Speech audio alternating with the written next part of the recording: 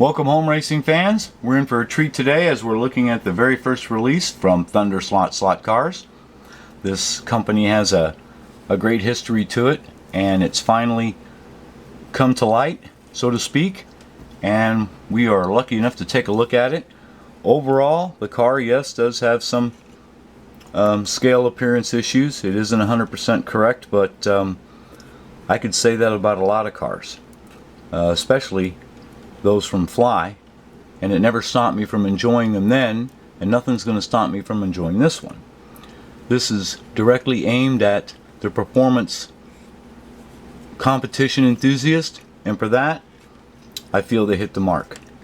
The finish overall on the car, the markings, very well done, nice shine to it, very opaque, very clean, no fading. I've seen some veteran companies in our hobby going backwards with the finish, unfortunately, but not here. So I have to give high marks for that. Overall on the outside, it doesn't bother me that much. I'm going to enjoy it. I can tell you right now, I snuck a little road test, and boy, what a performer. And that performance comes from the chassis, the heart and soul of this effort. It has a nice triangular pod design.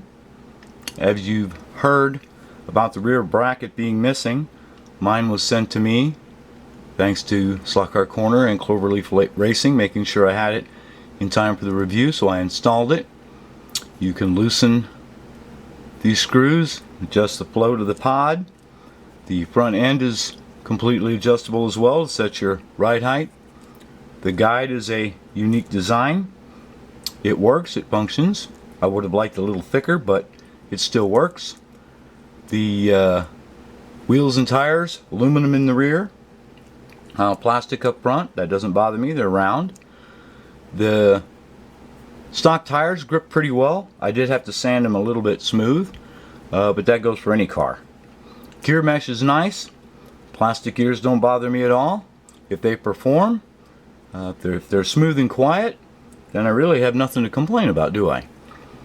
The star, though, for me, is this motor, because it's a milder motor, rated at 21,500, and for our smaller home track, this is just the ideal little power plant. I'm glad to see that we didn't get a overpowered, very high RPM motor.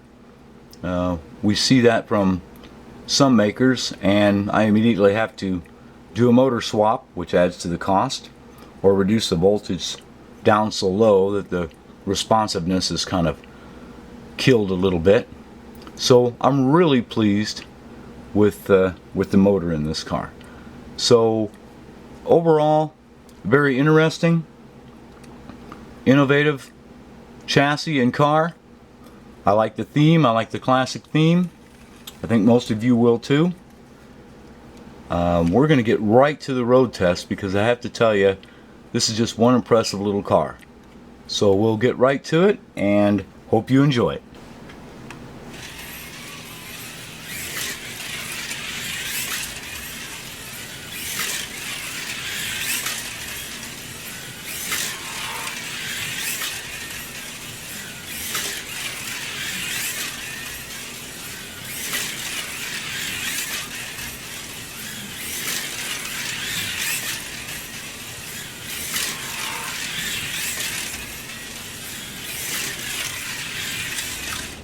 As you can see, I'm getting some decent lap times.